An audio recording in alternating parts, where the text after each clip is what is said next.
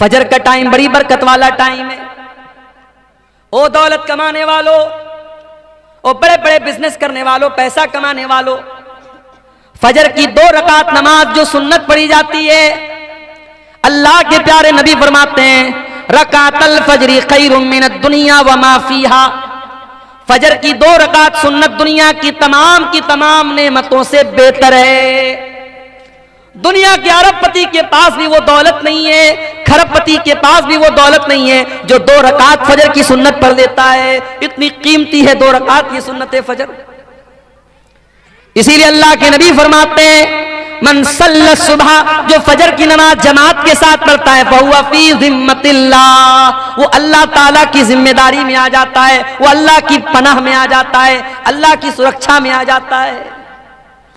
इसीलिए अल्लाह के नबी फरमाते हैं तुन कहल मरा तुले अरबईन, जब औरत का निकाह होता है 4 चीजें औरत के अंदर देखी जाती हैं, ले मालिहा वले हसबिहा वले जमालिहा वले दीनिहा। कुछ लोग औरत का माल देखते हैं, कुछ लोग औरत का खानदान देखते हैं, कुछ लोग औरत की खूबसूरती देखते हैं और कुछ लोग औरत की दीनदारी देखते हैं। फजफर बिज़ातिद्दीन, अल्लाह के प्यारे नबी फरमाते हैं कि ओ लोगों, तुम दीनदार औरत को अपने घर में लेकर के आ जाओ, कामयाब हो जाओगे।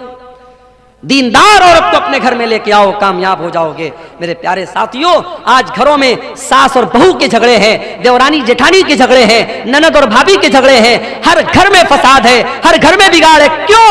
क्योंकि हमने खूबसूरती तो देखी है, हमने लंबा चौड़ा जहेज तो हमने देख करके शादी कर ली, हमने दीनदारी नहीं देखी है। दीनदारी को तरजीह दीजिए, दीनदार बाप की दीनदार बेटी को अपने घर में लाइए, इंशाअल्लाह बरकत होगी। मेरे अजीजों, आज समाज की इस्लाह की अगर आप बात करें, शादी ब्याह में आज हमारे यहाँ बहुत सारे मामला गड़बड़ चल रहे हैं। मेरे प्यारे साथियों, एक जमाना ऐसा भी आएगा आप अपनी आंखों से बुराई को देखेंगे, लेकिन आपके अंदर इतना गट्स नहीं होगा, इतनी हिम्मत नहीं होगी कि आप बुराई को बुराई कह सकें। अल्लाह के नबी फरमाते हैं, हसन दर्जे की रिवायत है, ये दुनिया उस वक्त तक फना न होगी, उस वक्त तक खत्म न होगी, यानी कयामत उस वक्त तक नहीं आएगी जब तक एक इंसान दूसरी औरत के साथ पब्लिक प्लेस पर, सार्वजनिक स्थल पर, आम मकाम पर, आम रास्ते में सरेआम जिना करेगा, सरेआम राह चलते जिना करेगा। और उस दौर का जो नेक इंसान होगा, जो मुत्तकी इंसान होगा, जो परहेजगार इंसान होगा, वो कौन होगा? जो जिना से रोकने वाला न होगा, जो उन 2 जिना करने वालों को मना करने वाला न होगा, बल्कि उस दौर का मुत्तकी इंसान वो होगा जो कहेगा ऐ मेरे भाई, ये चलते रास्ते में तू काम ये काम तू न कर, तू पब्लिक प्लेस पर तू ये काम न कर, तो इस बात के पीछे चला जा, तू दीवार के पीछे चला जा, तू बंद कमरे में जाके जो करना है तू कर ले, सबके सामने मत कर। उस दौर का मुत्तकी इंसान वो होगा जो जिना करने वाले से कहेगा सबके सामने तू मत कर, तू जाके दीवार के पीछे तू ये काम कर, तू सबके सामने मत कर। मेरे भाइयों, बुराई पर अगर बात हो रही है, ये बात का होना भी बड़ी बात है और हमें मालूम नहीं है। मैं अल्लाह का फजलो करम, मैं अपनी कोई खूबी नहीं मानता हूं, अल्लाह का फजलो करम मानता हूं। आज यूट्यूब पर तकरीरें सुन के जब हम उसके कमेंट्स में देखते हैं, बाज नौजवान जब ये कमेंट करते हैं कि मैं तकरीर सुनने के बाद मैं पहले नमाज नहीं पढ़ता था, मैं नमाज पढ़ने लगा। बाज नौजवान व्हाट्सएप पर मैसेज करते हैं कि मौलाना आपकी तकरीर सुनता हूं, फला बुराई मेरे अंदर थी, अब मैंने तौबा कर ली है, मेरे लिए दुआ कीजिएगा। मेरे प्यारे साथियों, हम नहीं जानते कौन इंसान हमारी बात सुन करके अगर तौबा कर ले, इस्लाह कर ले, और वही एक इंसान की तौबा तकरीर करने वाले के लिए भी, तकरीर को ऑर्गेनाइज करने वाले के लिए भी, जलसा कराने वाले के लिए भी नजात का जरिया बन जाए, मगफरत का जरिया बन जाए, हम नहीं जानते मेरे प्यारे साथी। इसीलिए अल्लाह के प्यारे नबी हजरत अली से कहते हैं, लअन यहदियल्लाहु बिका रजुलन खैरुल लक मिन हुम्रिन नाम। ऐ अली, तुम्हारे जरिए अल्लाह ताला अगर किसी एक इंसान को हिदायत दे दे, एक इंसान तुम्हारे जरिए सही रास्ता पा जाए, ऐ अली, तो तुम्हारे लिए सुर्ख ऊंटों से बेहतर है। उस जमाने की बहुत बड़ी प्रॉपर्टी होती थी सुर्ख ऊंट, बहुत बड़ी दौलत होती थी सुर्ख ऊंट। अल्लाह के नबी ने फरमाया कि ऐ अली, अगर तेरे जरिए एक इंसान हिदायत पा जाए तो तेरे लिए ये सुर्ख ऊंटों से बेहतर है। इसलिए मेरे प्यारे साथियों, इस्लाह मुआशरा की ये बातें और ये तकरीरें होती रहनी चाहिए। अब आइए, जो आयत करीमा मैंने आपके सामने पढ़ी थी, 2 आयतें अलग अलग कुरान से मैंने पढ़ी थी। पहली आयत मैंने पढ़ी थी सूरह रूम। आइए उस आयत का तर्जमा देखते हैं, फिर बात को आगे बढ़ाते हैं। ज़हरल फसादु फिल बर्रि वल बहरी बिमा कसबत ऐदिन नास। खुश्की के अंदर, तरी के अंदर, जमीन के ऊपर और पानी के अंदर जहां पर भी तुमको फसाद नजर आए, जहां पर भी तुमको बिगाड़ नजर आए, जहां पर भी तुमको तबाही नजर आए, जहां पर भी तुमको मुसीबत नजर आए, ज़हरल फसादु फिल बर्रि वल बहरी बिमा कसबत ऐदिन नास, वो इंसानों के करतूतों का नतीजा है, वो लोगों के अपने अमल का नतीजा है। ये अल्लाह ताला ने बहुत बड़ा कानून बता दिया। दुनिया में जितनी मुसीबतें हैं, परेशानियां हैं, चाहे कहीं बारिश का ना होना है, कहीं बारिश का ज्यादा होना है, कहीं सैलाब का आना है, कहीं जालिम हुकूमत का आना है, जितनी भी मुसीबतें हैं वो इंसानों के करतूतों का नतीजा है, वो इंसानों के पापों का और इंसान के गुनाहों का नतीजा है। दूसरी आयत जो मैंने पढ़ी थी कुरान करीम के 30वें पारे से मैंने पढ़ी थी, सूरह फज्र की कुछ आयतें। वल फज्र, कसम है फजर की, वही फजर की नमाज और वही फजर का वक्त जब मुअज्जिन अज़ान की आवाज में कहता है अस्सलातु खैरुम मिनन नौम। मुअज्जिन बेचारा माइक पर खड़े होकर के चिल्ला चिल्ला के कहता है कि नमाज नींद से बेहतर है, और हम आराम से अपने कंबलों को ओढ़ करके, अपने रजाइयों को ओढ़ करके, अपने लिहाफ को ओढ़ करके सोए रहते हैं। और हम मुअज्जिन की अजान के जवाब में गोया ये कहते हैं कि ऐ मुअज्जिन, तेरे लिए नमाज नींद से बेहतर होगी, मेरे लिए तो नींद बेहतर है, मैं अपने आराम को छोड़ करके नमाज पढ़ने नहीं आऊंगा। कभी कभी जब मैं सुबह निकलता हूं कहीं प्रोग्राम के लिए, मुझे हैरत होती है मेरे भाई, हाईवे के ऊपर मुसलमान नजर नहीं आता है, गैर मुस्लिम नौजवान लड़के लड़कियां सुबह सुबह निकले हुए हैं हाईवे के ऊपर। कोई वॉकिंग कर रहा है, कोई पुलिस में जाने की तैयारी कर रहा है, कोई आर्मी में जाने की तैयारी कर रहा है, अपने अपने मिशन में दुनिया लगी है। और मुसलमान नौजवान रात में फेसबुक चला करके, इंस्टाग्राम चला करके, इंटरनेट चला करके बेचारा वो सो रहा है, फजर में उठने के लिए तैयार नहीं। फजर का टाइम बड़ी बरकत वाला टाइम है।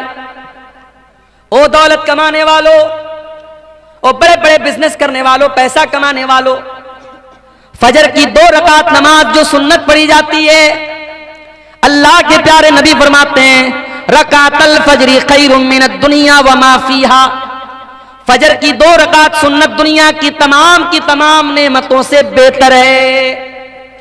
दुनिया के अरबपति के पास भी वो दौलत नहीं है, खरबपति के पास भी वो दौलत नहीं है जो 2 रकात फजर की सुन्नत पढ़ लेता है। इतनी कीमती है 2 रकात ये सुन्नत फजर। इसीलिए अल्लाह के नबी फरमाते हैं मन सल्ला सुबह, जो फजर की नमाज जमात के साथ पढ़ता है, फहुवा फी ज़िम्मतिल्लाह, वो अल्लाह ताला की जिम्मेदारी में आ जाता है, वो अल्लाह की पनाह में आ जाता है, अल्लाह की सुरक्षा में आ जाता है। जब आप अपनी सुबह की शुरुआत ही फजर की नमाज में गायब रह के करते हैं, अल्लाह की सुरक्षा कहां से हासिल होगी, अल्लाह की हिफाजत कहां से हासिल होगी मेरे भाई। वल फजरी, कसम है फजर के वक्त की। अल्लाह के प्यारे नबी जब किसी लश्कर को भेजते थे तो फजर के टाइम भेजते थे, और आप दुआ करते थे अल्लाहुम्मा बारिक li उम्मती फी बुकूरिहा, आय अल्लाह तो मेरी उम्मत के सुबह के टाइम में बरकत अता फरमा। तेरे नबी ने जिस टाइम की बरकत की दुआ की थी तो उस टाइम सोया पड़ा रहता है। फजर के वक्त की कसम खा करके अल्लाह ताला बता रहा है ये बड़ा ही बरकत वाला वक्त है, बड़ा ही सुहाना वक्त है, मैं इस वक्त की कसम खाता हूं। वलयालिन आशिर, और कसम है 10 रातों की। ये कौन सी 10 रातें? मुफस्सिरीन ने लिखा है, उलमा ने लिखा है, ये जिलहिज्जा की 1 तारीख से लेकर के 10 तारीख तक की 10 रातें। जिस तरीके से रमजान की आखिरी 10 रातों की बहुत फजीलत है, वैसे ही जिलहिज्जा के शुरू के 10 दिनों की बहुत फजीलत है। बल्कि कुछ हदीसों में अल्लाह के नबी फरमाते हैं कि साल भर में किसी नेकी का सवाब उतना ज्यादा नहीं मिलता है जितना इन 10 दिनों की नेकी का मिलता है। रमजान में तो थोड़ी बहुत हम लोग नेकी करते हैं, मगर जिलहिज्जा का जब महीना आता है, कोई बकरा खरीद रहा है, कोई बैल खरीद रहा है, कोई कुर्बानी का जानवर खरीद रहा है, बस उतना ही हम उसका ख्याल करते हैं। जिलहिज्जा के शुरू के 10 दिन बड़े कीमती हैं। अल्लाह ताला कसम खा रहा है, वल फजरी, कसम है फजर के वक्त की, वलयालिन आशर, और कसम है 10 रातों की, वशफ़ी वल वतरी, और कसम है ताक की और जुफ्त की। ताक और जुफ्त समझते हैं, जिसको इंग्लिश में ऑड एंड इवन बोलते हैं। पता नहीं आपके बंगला में या शेरशाबादी भाषा में उसको क्या बोलते हैं। हमारे यहाँ बनारस की भाषा में बोलते फुट और जोड़ा। 2 है तो जोड़ा, 1 है 3 है तो फुट बोलते हैं उसको। आपके यहाँ क्या बोलते हैं? जोड़ बेजोड़। जोड़ बेजोड़ की कसम खा रहा अल्लाह ताला। अल्लाह ताला बेजोड़ है, एक है, वो 2 नहीं हो सकता। दुनिया की हर चीज का जोड़ा मौजूद है। जमीन का जोड़ा आसमान, अंधेरे का जोड़ा उजाला, लड़के का जोड़ा लड़की, हाथ का जोड़ा पैर, हर चीज का जोड़ा मौजूद है। हर चीज का कोई ना कोई अपोजिट मौजूद है। लेकिन अल्लाह तबारक व तआला एक ऐसी जात है, उसका कोई जोड़ा नहीं। वशफ़ी वल वतरी, कसम है जोड़ की और बेजोड़ की, ताक की और जुफ्त की, वल्लैली इज़ा यसर, और कसम है रात की, जब रात अपना सफर तय करने लगती है, रात गुजरने लगती है। आज की रात भी गुजर रही है। मैं आपके इलाके में अभी आ रहा था, मेरी अहलिया का फोन आया, बात होने लगी, पूछ रही थी पहुंचे नहीं पहुंचे। अचानक जैसे 12 बजा घड़ी में तेज तेज पटाखे की आवाज आने लगी। मेरी अहलिया कहने लगी लग रहा है कोई बारात वारात आई है, कोई मामला है। मैंने कहा बारात वारात नहीं आई है, 31 दिसंबर की रात है आज। सारी दुनिया में जश्न मनाया जा रहा है, नए साल का इस्तिकबाल हो रहा है। कैसे? शराब पी करके, आतिशबाजी करके, जिना करके, नंगी औरतों को नचा करके, होटलों में अय्याशी करके ये नया साल का जश्न मनाया जा रहा है। और ये नया साल का जश्न सिर्फ ईसाई नहीं मना रहा है, सिर्फ क्रिश्चियन नहीं मना रहा है, सिर्फ अंग्रेज नहीं मना रहा है, ये ला इलाहा इल्लल्लाह और मोहम्मद रसूलुल्लाह पढ़ने वाला भी मना रहा है। अरे नादान, तेरी जिंदगी की दीवार से एक और ईंट गिर गई। तू 2024 में 24 साल का था, 2025 आया, तू 25 साल का हो गया। तू अपनी मौत से एक कदम और करीब हो गया। तेरी जिंदगी की किताब से एक पेज और फाड़ लिया गया। तेरी जिंदगी की दीवार से एक और ईंट छीन ली गई। और तू सेलिब्रेट कर रहा है, तू शुभकामनाएं दे रहा है, तू मैसेजेस कर रहा है। नए साल की रात में मैसेज काम नहीं करता। आपको याद होगा, कंपनियों का मैसेज आ जाता है कि भाई आज की रात मैसेज काम नहीं कर रहा है। इतना ज्यादा लोग SMS भेज रहे हैं, इंटरनेट काम करना बंद कर देता है कभी कभी, इतना रश हो जाता है इंटरनेट के ऊपर। वल्लैली इज़ा यस्र, कसम है रातों की, रात अपना सफर तय कर रही है।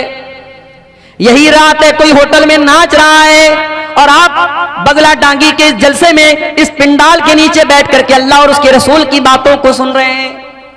कोई अल्लाह का बंदा ऐसा भी होगा जो रात के इस सन्नाटे में बैठ करके अल्लाह की बारगाह में दुआएं कर रहा होगा।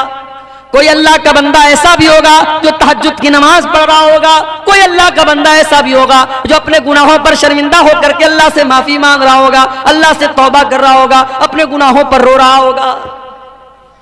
वल्लैल इज़ा यस्र, कसम है रात की जब वो अपना सफर तय करती है। रात चलती रहती है, रात चल रही है और रात में लोग अपना अपना काम कर रहे हैं।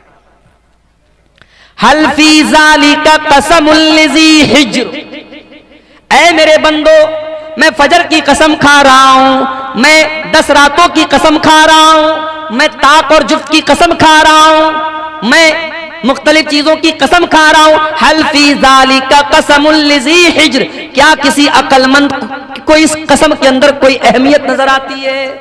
क्या ये कसम अक्लमंदों को दावते फिक्र दे रही है? क्या अक्लमंद लोग गौर कर रहे हैं कि अल्लाह कसम क्यों खा रहा है?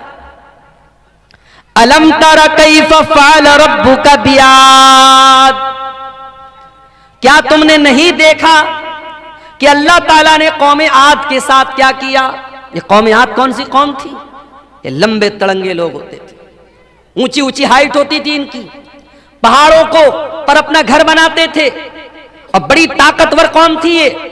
मारे ताकत के कहा करते थे मन अशद्दु मिन्ना कुव्वा, हमसे ज्यादा ताकतवर कौन है, हमसे ज्यादा शक्तिशाली कौन है, हमसे ज्यादा सुपर पावर कौन है।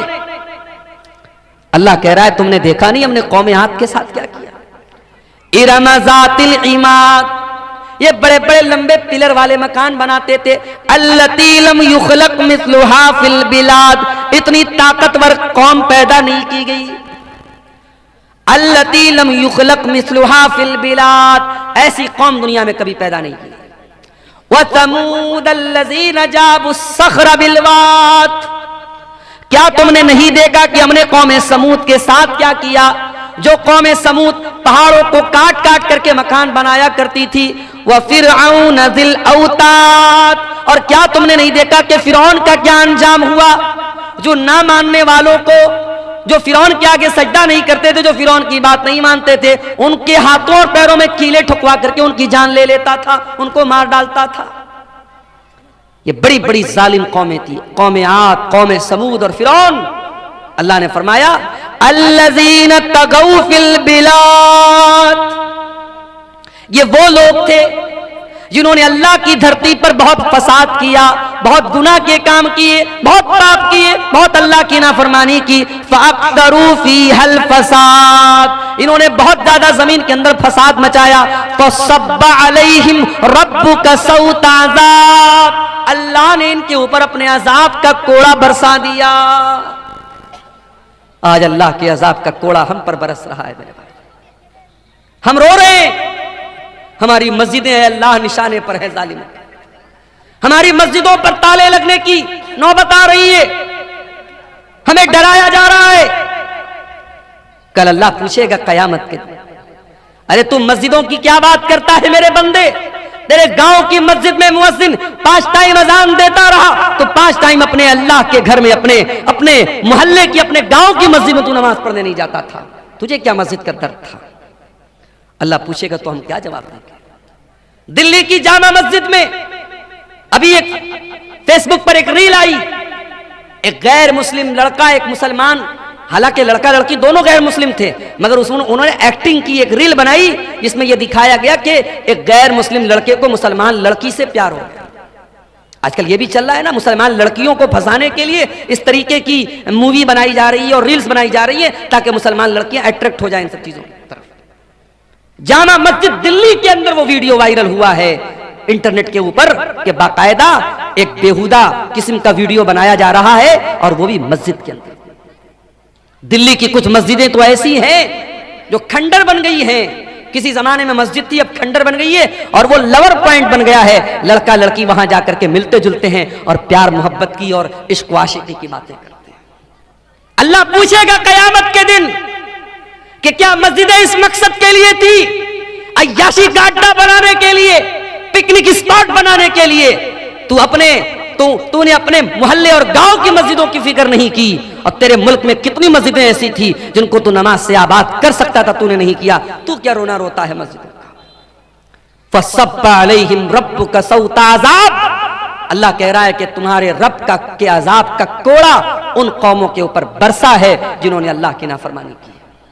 अगर कौम आद ने अल्लाह की नाफरमानी की, कौम समूद ने अल्लाह की नाफरमानी की, फिरौन ने अल्लाह की नाफरमानी की और उनके ऊपर अल्लाह का अजाब आया, तो हम कोई दूध के धुले नहीं है, हम पर भी अल्लाह का अजाब आएगा अगर हमने गुनाह को दावत दी। मेरे प्यारे साथी, माशाअल्लाह हाजी साहब चेहरे पर भरपूर दाढ़ी भी रखे हुए हैं, माथे पर सजदे का निशान भी है, 5 टाइम के नमाजी भी हैं।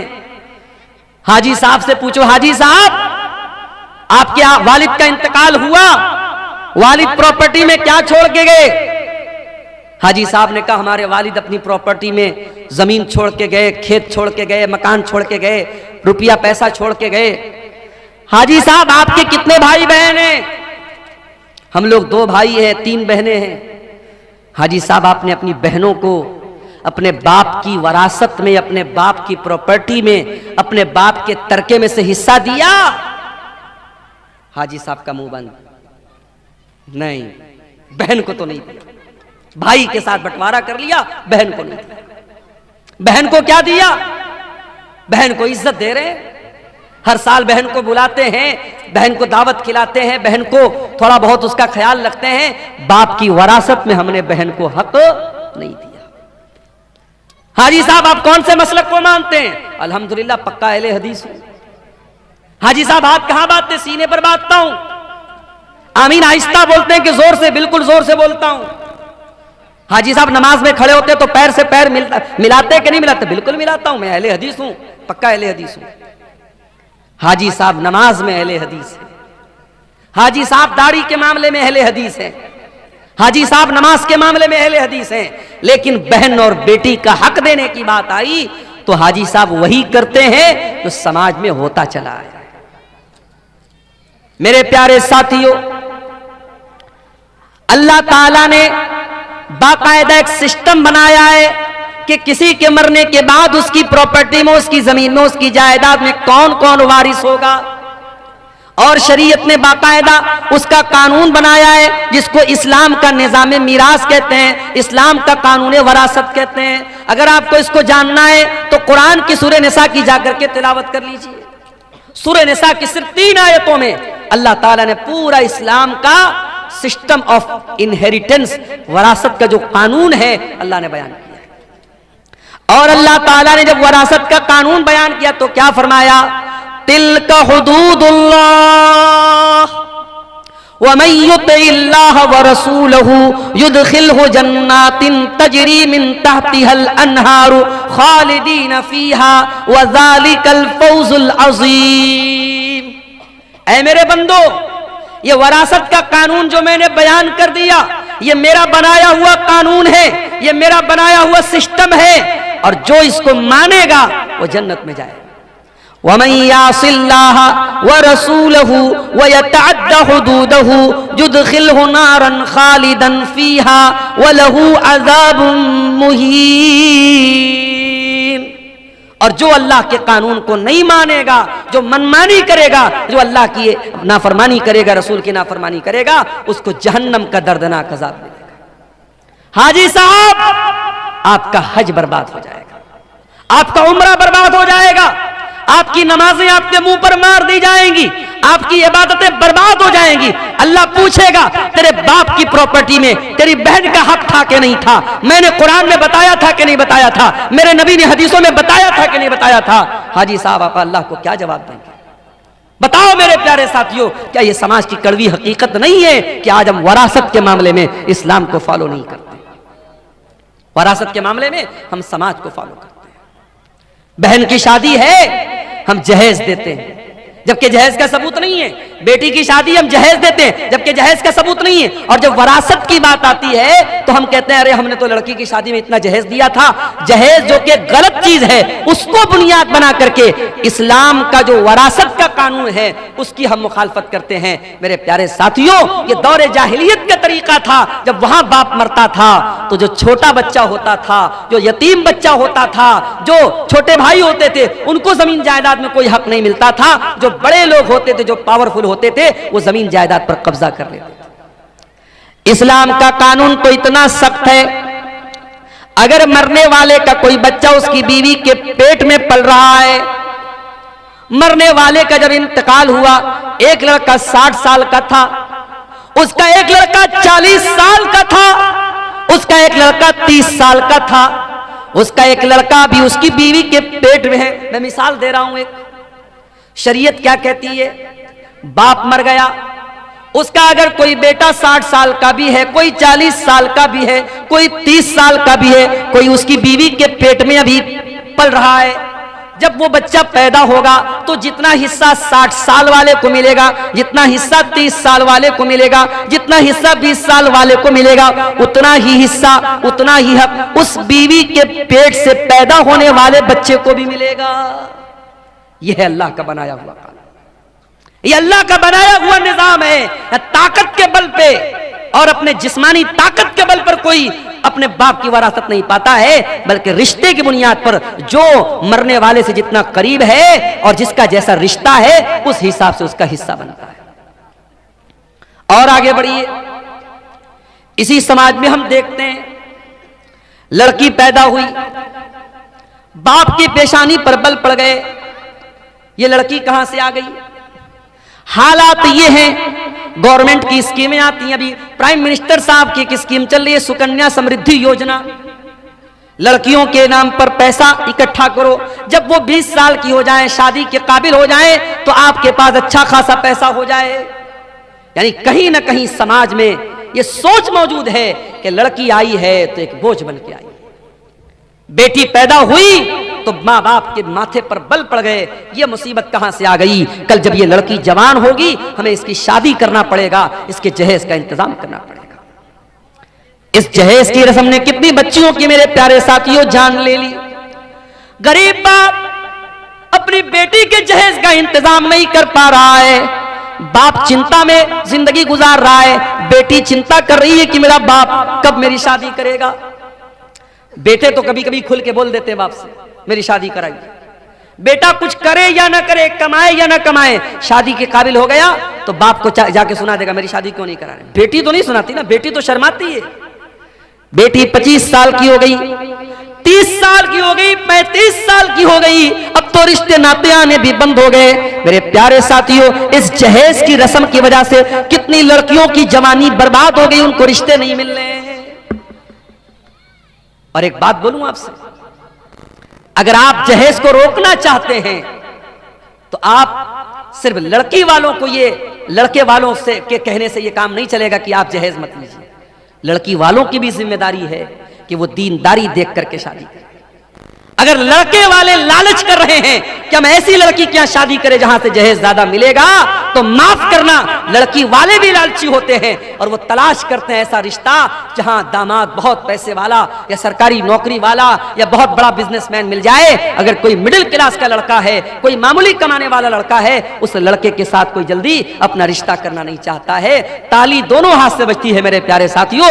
जहेज की इस गंदी रस्म के लिए सिर्फ लड़के वाले दोषी नहीं है, लड़की वाले दोषी हैं। अगर लड़के वाले मोटी मोटी रकम, जहेज के नाम पर मोटी रकम तलाश कर रहे हैं, तो लड़की वाले भी उसी हिसाब से दामाद तलाश कर रहे हैं। अल्लाह के प्यारे नबी ने क्या फरमाया? इज़ा खतब इलैकुम मिम्मन तरज़ौन दीनहु व खुल्क़हु, जब तुम्हारी लड़कियों के लिए ऐसा रिश्ता आ जाए, लड़का दीनदार है, लड़का बाखलाक है, फज़व्विजूहु, तो तुम अपनी लड़की की शादी उससे कर दो। देखो अल्लाह के नबी ने 4 बेटियों की शादी की। मालूम है आपको, नबी की 4 बेटियां थी। सबसे बड़ी बेटी का नाम क्या था, कोई बता सकता है? इधर से कोई बताए नबी की बड़ी बेटी का नाम। बोलो भाई, सो गए क्या? मालूम है नबी की बड़ी बेटी का नाम? ज़ैनब। नबी की बड़ी बेटी का नाम ज़ैनब। और दामाद का नाम? ज़ैनब के शौहर का नाम बोलो, नहीं मालूम? क्या तकरीर सुनते हैं आप लोग? तकरीर सुन सुन के बूढ़े हो गए और आज तक नबी की बेटियों का नाम नहीं मालूम, नबी के दामादों का नाम नहीं मालूम। नबी की बड़ी बेटी का नाम ज़ैनब और ज़ैनब के शौहर का नाम था अबुल आस बिन रबी रजी अल्लाह ताला। नबी की दूसरी बेटी नाम था रुकैया, उनके शौहर का नाम उस्मान गनी। रुकैया का इंतकाल हो गया, नबी ने अपनी तीसरी बेटी की शादी हजरत उस्मान से कर दी। तीसरी बेटी का नाम था उम्मे कुलसूम, इनकी शादी हुई हजरत उस्मान से। दुनिया में हजरत उस्मान इकलौते ऐसे इंसान हैं जिनकी शादी में, जिनके निकाह में नबी की 2 बेटियां आई हैं। और रुकैया, उनकी भी शादी हुई और रुकैया का जब इंतकाल हुआ तो उम्मे कुलसूम की शादी हजरत उस्मान गनी से। और नबी की सबसे छोटी बेटी, सबसे चौथे नंबर की बेटी का नाम था फातिमा, उनकी शादी किससे हुई? हजरत अली से। मेरे प्यारे साथियों, नबी ने अपने बेटियों के रिश्ते करने में दीनदारी देखी है। नबी ने रुपया पैसा नहीं देखा है, नबी ने जमीन और जायदाद नहीं देखी है। आपने सबसे लाडली बेटी, सबसे छोटी बेटी हजरत फातिमा का जब निकाह तय किया हजरत अली के साथ, हजरत अली के पास कुछ भी नहीं था। आपने अली से पूछा, क्या अली तुम्हारे पास क्या है? कहा अल्लाह के नबी मेरे पास एक घोड़ा है, एक ज़रा है। आपने कहा कि घोड़ा अपने पास रखो, ज़रा बेच दो। ज़रा बोलते थे लोहे की एक ड्रेस होती थी जो जंग के मैदान में लोग पहनते थे। अल्लाह के नबी के हुक्म से हजरत अली ने वो अपनी ज़रा बेच दी, जिसको उस्मान गनी ने 380 दिरहम में खरीदा। और उसी पैसे से अल्लाह के नबी ने हजरत अली से कहा कि मेहर का इंतजाम करो, क्योंकि हजरत अली अल्लाह के नबी के दामाद भी थे और हजरत अली किसके बेटे थे? अबू तालिब के बेटे थे। और अबू तालिब कौन थे? नबी के चचा थे। तो नबी ने अपने चचा के इंतकाल के बाद हजरत अली को अपनी परवरिश में ले लिया था। तो हजरत अली के गार्जियन भी अल्लाह के नबी थे, तो इसलिए आप हजरत अली के बाप की हैसियत से भी ये शादी करा रहे थे। आपने हजरत अली से कहा तो मेहर का इंतजाम करो।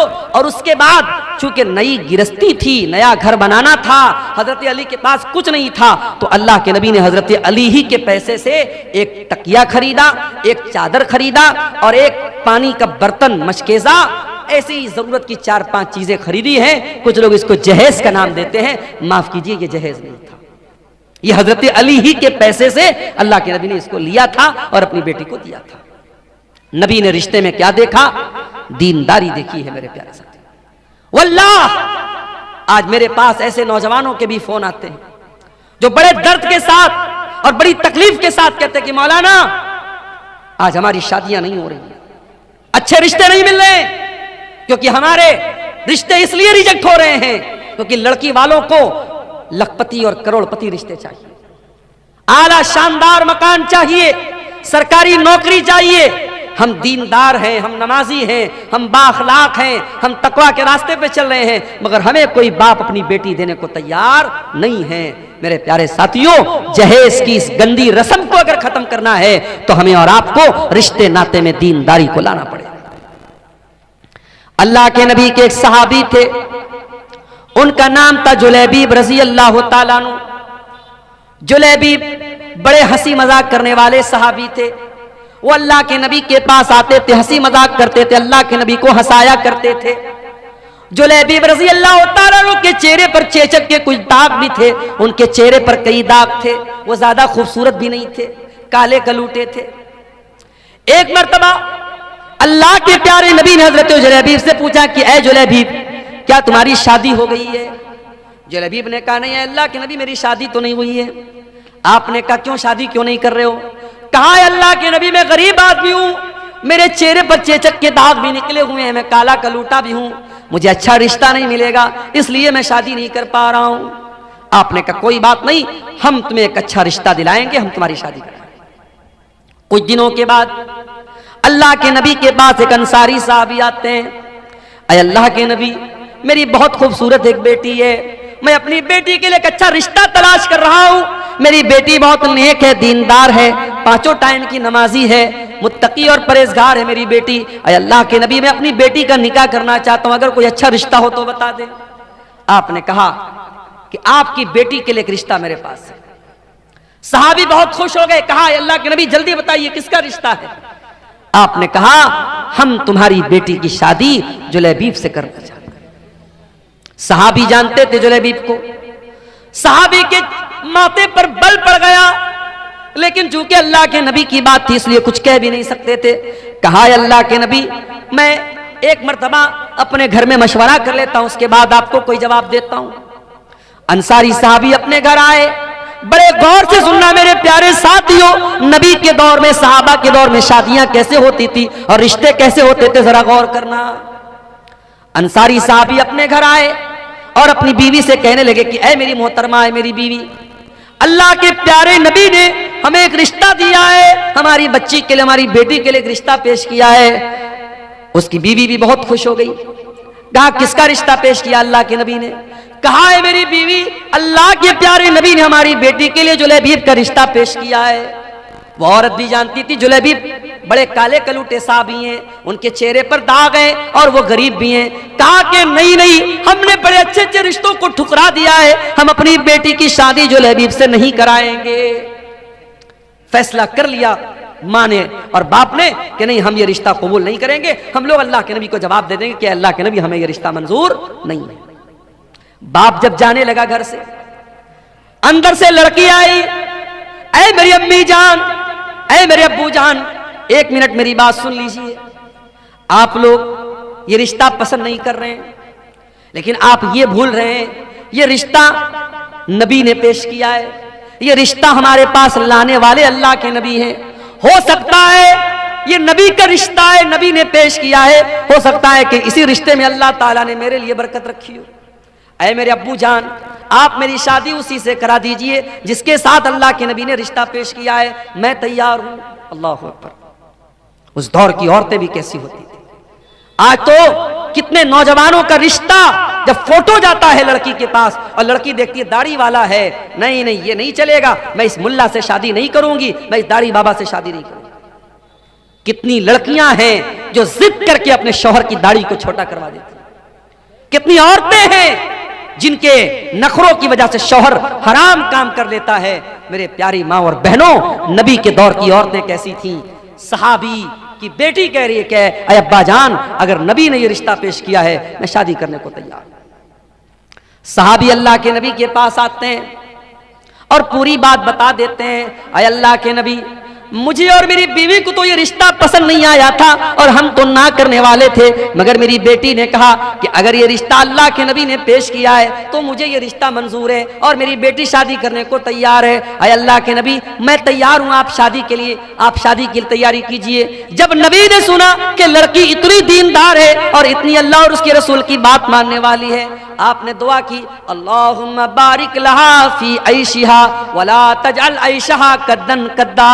ऐ अल्लाह, इस लड़की की जिंदगी में तू बरकतें अता फरमा दे, इस लड़की की जिंदगी में कभी परेशानी ना आए।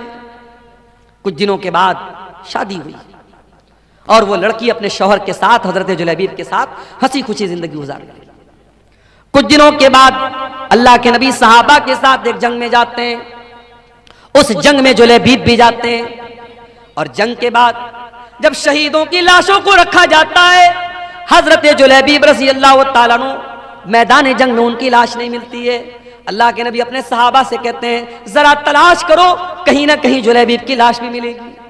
जुलैबीब की जब लाश मिलती है मेरे प्यारे साथियों, तीरों और तलवारों के जख्म से भरी हुई लाश, 7-8 दुश्मनों के बीच में अकेली लाश, जो ये बता रही थी कि जुलैबीब दुश्मनों के नरगे में थे, दुश्मनों के घेरे में थे और कई लोगों से लड़ते हुए वो अल्लाह को प्यारे हुए थे। अल्लाह के नबी ने देखा जुलैबीब को, आपने कहा ये मेरा नौजवान सहाबी है, इसने अल्लाह की राह में लड़ते लड़ते जान दे दी है। आपने जुलैबीब की लाश को उठाया और अपने कंधे पर आपने उठा करके उसकी लाश को कब्र में आपने उतारा। दुनिया के जनाजे के लिए चारपाई आती है, दुनिया के जनाजे को लोग अपने कंधों पे लेके जाते हैं और जुलैबीब की लाश को अल्लाह के नबी अपने कंधे पे लेके जा रहे हैं और आपने अपने हाथों से कब्र में उतारा और आपने दुआ की, ऐ अल्लाह, मैं इस बंदे से राजी था और तू भी इससे राजी हो जा। सहाबा कहते हैं कि जुलैबीब की कब्र को देख करके और उनकी लाश के साथ नबी का मामला देख करके हमारे दिल में यह तमन्ना पैदा हुई कि काश ये हमारी कब्र होती और नबी ने हमारे लिए दुआ की। और उसके बाद जब जुलैबीब का इंतकाल हो गया तो हमें तारीख और सीरत की किताबें ये बताती हैं कि जुलैबीब की वो जो बेवा औरत थी, जो उनकी बेवा खातून थी, वो अल्लाह की राह में सदका और खैरात बहुत ज्यादा करती थी, जबकि आम तौर से बेवा औरतों के पास माल की किल्लत होती है, माल की कमी होती है, मगर अल्लाह ताला गैब से रोजी देता था उस औरत को। इस औरत ने अपने शौक और अरमान को कुर्बान किया था नबी की और अल्लाह की इताअत करते हुए, जिसने कहा था कि मैं जुलैबीब के साथ निकाह करने को तैयार हूं और जिसके लिए नबी ने दुआ की थी कि अल्लाह तो इसकी जिंदगी में बरकत अता फरमाना। उस औरत की जिंदगी में वाकई बरकत पैदा हुई और मदीना में अगर कोई बेवा औरत सबसे ज्यादा अल्लाह की राह में सदका और खैरात करती थी तो सहाबा कहते हैं जुलैबीब की बेवा औरत थी। मेरे अजीजों, मेरे भाइयों, मेरे बुजुर्गों, ये सहाबे किराम की सोसाइटी थी। हम और आप जरा अपनी सोसाइटी का जायजा लें। हमारे यहाँ रिश्ते नाते में सिर्फ हम सामने वाले की खूबसूरती देखते हैं, सिर्फ रुपया पैसा देखते हैं, सिर्फ जात और बरादरी देखते हैं, हम दीनदारी नहीं देखते हैं। ये जहेज की रस्म ये नहीं खत्म हो सकती, ये लालच नहीं खत्म हो सकता जब तक हम रिश्ते नातों की बुनियाद दीनदारी पर नहीं करें। इसीलिए अल्लाह के नबी फरमाते हैं, तुन कहुल मरा तुल अरबईन, जब औरत का निकाह होता है 4 चीजें औरत के अंदर देखी जाती हैं, ले मालिहा वले हसबिहा वले जमालिहा वले दीनिहा। कुछ लोग औरत का माल देखते हैं, कुछ लोग औरत का खानदान देखते हैं, कुछ लोग औरत की खूबसूरती देखते हैं और कुछ लोग औरत की दीनदारी देखते हैं। फजफर बिज़ातिद्दीन, अल्लाह के प्यारे नबी फरमाते हैं कि ओ लोगों, तुम दीनदार औरत को अपने घर में लेकर के आ जाओ, कामयाब हो जाओगे।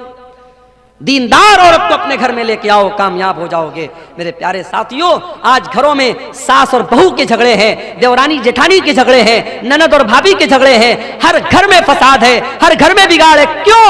क्योंकि हमने खूबसूरती तो देखी है, हमने लंबा चौड़ा जहेज तो हमने देख करके शादी कर ली, हमने दीनदारी नहीं देखी है। दीनदारी को तरजीह दीजिए, दीनदार बाप की दीनदार बेटी को अपने घर में लाइए, इंशाअल्लाह बरकत होगी। मेरे अजीजों, आज समाज की इस्लाह की अगर आप बात करें, शादी ब्याह में आज हमारे यहां बहुत सारे मामला गड़बड़ चल रहे हैं। इसी सीमांचल के इलाके में मुझे लोगों ने बताया, बाकायदा आज भी कुछ गांव ऐसे हैं जहां शादियों में डीजे तक बजता है, गाना तक बजता है। और इसी हिंदुस्तान की सरजमीन पर मुख्तलिफ इलाकों का दौरा करते हुए मैंने महसूस किया है कि हम मुसलमानों में शादी ब्याह को लेकर के बहुत बुरी बुरी रस्में हैं। अभी मुंबई में परसों में गया था, जहां उलमा को ठहरने का इंतजाम किया गया था। एक मैरिज हॉल था, एक शादी हॉल था, ऊपर उलमा के रहने का इंतजाम किया गया था, नीचे कोई शादी हुई थी, मुसलमान की शादी थी। और सामने जहेज, सामने जो मंडप लगा हुआ था, मंडप में दुल्हन जो है सज करके संवर करके और लहंगा वगैरह पहन करके और मेकअप वगैरह करके बैठी हुई थी। और रिश्तेदार सब आ रहे हैं, मर्द भी आ रहे हैं, औरतें भी आ रही हैं, और सब उसको देख रहे हैं। ये बहुत सारे इलाकों में ये चलता है कि दुल्हन को बाकायदा मर्द हजरात भी आकर के देखते हैं और मुंह दिखाई तक देते हैं। मेरे प्यारे साथियों, ये रस्में इस्लाम के अंदर नहीं है। इस्लाम बड़ा पाकीज़ा मजहब है, इस्लाम बड़ा साफ सुथरा मजहब है। हमने रस्म और रिवाज के जरिए शादी ब्याह के इस बंधन को बहुत ही नापाक बना डाला है मेरे साथियों। और फजूल खर्ची अल्लाह की पनाह है। फजूल खर्ची तो इस कदर हो रही है शादी के मौके पर जिसकी कोई हद नहीं है। कोई बारात पर पैसे लुटा रहा है, कोई अपनी बेटी को सोने से तौल रहा है, कोई बारातियों पर नोटों की गड्डियां बरसा रहा है, कोई आतिशबाजी पर पानी की तरह पैसे खर्च कर रहा है। वो उम्मत जिसके बच्चे आज भूखे प्यासे तड़प रहे हैं, जिसके गरीब बच्चे आज पैसे की कमी की वजह से अपनी पढ़ाई पूरी नहीं कर पा रहे हैं, जिस उम्मत की कितनी गरीब लड़कियां शादी का इंतजाम न होने की वजह से शादी नहीं कर पा रही हैं, उस उम्मत में पैसे वाले लोग अपनी लड़के और लड़कियों की शादी पर बेतहाशा पैसे खर्च करते हैं। मेरे प्यारे साथियों, ये माल अल्लाह की अमानत है। अल्लाह पूछेगा, ये माल हमने तुमको दिया था, मैंने तुमको इसलिए दिया था ताकि तुम सही रास्ते पर खर्च करो, तुमने माल को फजूल खर्ची में और नाजायज जगहों पर क्यों खर्च किया? मेरे प्यारे साथियों, हमें इसका जवाब देना पड़ेगा। और आगे बढ़िए, समाज की अगर इस्लाह करना है, समाज को अगर सुधारना है, अपने अकीदे की इस्लाह करना भी बहुत जरूरी है। मेरे प्यारे साथियों, जिस समाज के अंदर अकीदा दुरुस्त नहीं होगा, तौहीद दुरुस्त नहीं होगी, जिस समाज के अंदर कब्रों पर सजदा किया जाएगा, जिस समाज में तावीज और गंडा पहना जाएगा, जिस समाज में बिल्ली के आगे से गुजरने पर बाइक को और गाड़ी को ब्रेक लगा दिया जाएगा, जिस समाज में तौहीद का कोई नामो निशान न होगा, मेरे प्यारे साथियों, वो समाज कभी नहीं सुधर सकता है। हम और आप मुसलमान हैं, और मुसलमान का मतलब ये होता है वो ला इलाहा इल्लल्लाह और मुहम्मद रसूलुल्लाह का कलमा पढ़ने वाला होता है। हमारे दीन की बुनियाद तौहीद पर है। जब तक हमारी तौहीद सही नहीं होगी, हमारा कोई भी अमल अल्लाह ताला क्या कबूल नहीं होगा। तौहीद जब तक दुरुस्त नहीं है, अल्लाह क्या कोई नेकी हमारी कबूल नहीं होगी। अल्लाह के नबी के आने के पहले मक्का में एक आदमी रहता था जिसका नाम अब्दुल्ला बिन जुदान था। बहुत नेक इंसान था, गरीबों को खाना खिलाया करता था, हाजियों की खिदमत किया करता था, हाजियों को पानी पिलाया करता था। अब्दुल्ला बिन जुदान मर गया। हजरत आयशा ने अल्लाह के नबी से पूछा, आए अल्लाह के नबी, अब्दुल्ला बिन जुदान तो बड़ा नेक इंसान था, इतनी गरीबों की मदद किया करता था, दान पुण्य का काम किया करता था, खैरात किया करता था। आए अल्लाह के नबी, क्या अब्दुल्ला बिन जुदान को उसकी नेकी कयामत के दिन काम देगी? क्या वो अल्लाह ताला के जन्नत में दाखिल हो जाएगा? क्या वो जहन्नम के अजाब से बच जाएगा? अल्लाह के नबी ने फरमाया कि नहीं, ऐ आयशा, अब्दुल्ला बिन जुदान की नेकी उसके कोई काम नहीं आएगी।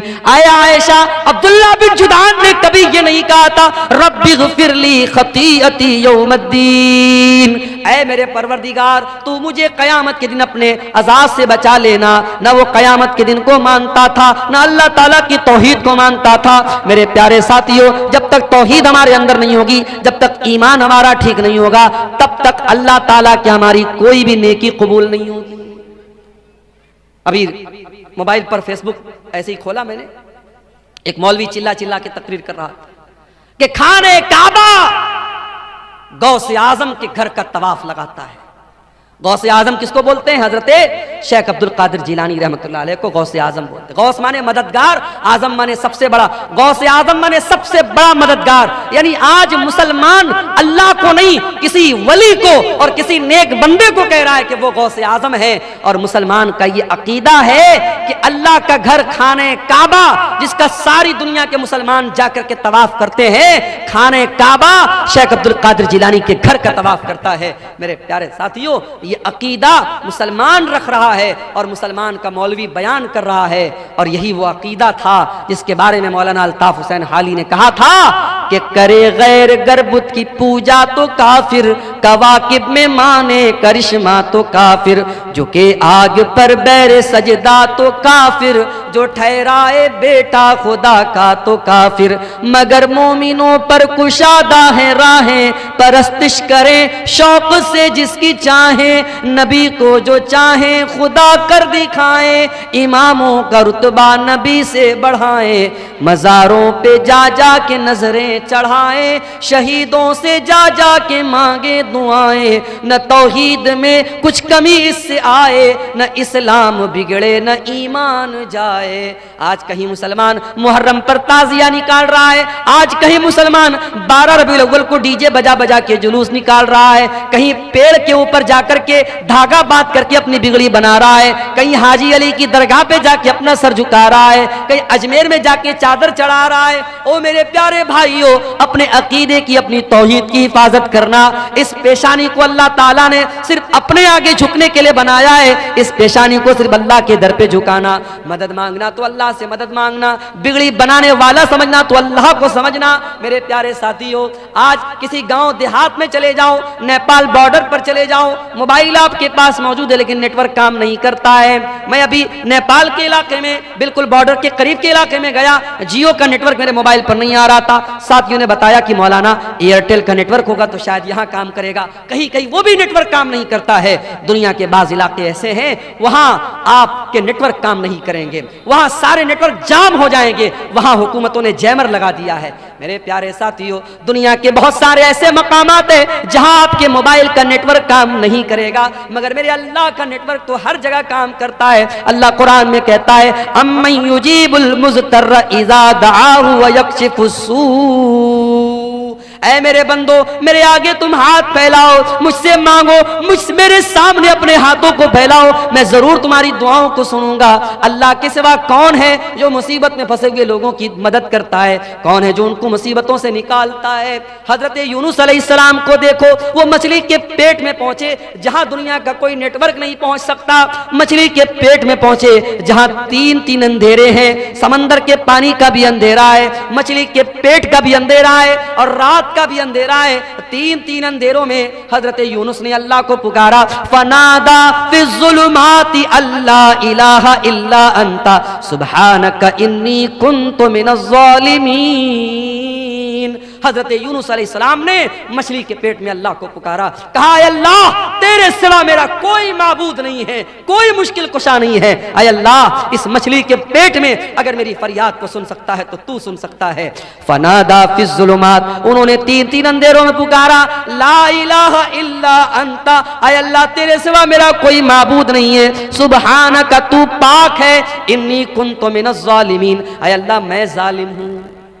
कुरान कहता है, फस्तजबना लहू व नज्जयनाहु मिनल गम्मी, हमने यूनुस की दुआ को सुन लिया और हमने यूनुस को गम से निकाल दिया। और ऐ मोमिनो, अगर तुम भी अल्लाह से इसी इखलास के साथ, इसी तौहीद के साथ दुआ करोगे, व कज़ालिका नुंजिल मुमिनीन, हम तुम्हारी दुआ को भी सुनेंगे। मेरे प्यारे साथियों, इखलास अपने अंदर पैदा करो, तौहीद अपने अंदर पैदा करो। आज मुसलमान इस तौहीद से दूर है, आज बुजुर्गों की कब्रों पर मुसलमान सर झुका रहा है, आज मज़ारों और कब्रों पर औरतें जाकर के अपने ईमान और अपनी इस्मत का सौदा कर रही हैं। वो मेरी प्यारी माँ बहनों, हमेशा अपनी तौहीद की हिफाजत करना, मर जाना, कट जाना, जल जाना, अपनी तौहीद से कभी कोई समझौता न करना, अल्लाह के सिवा किसी और के आगे कभी हाथ न फैलाना, अल्लाह के सिवा किसी और की बड़ाई कभी न बयान करना, अपने ईमान और तौहीद पर कायम रहना। इसके बगैर आप समाज की इस्लाह नहीं कर सकते।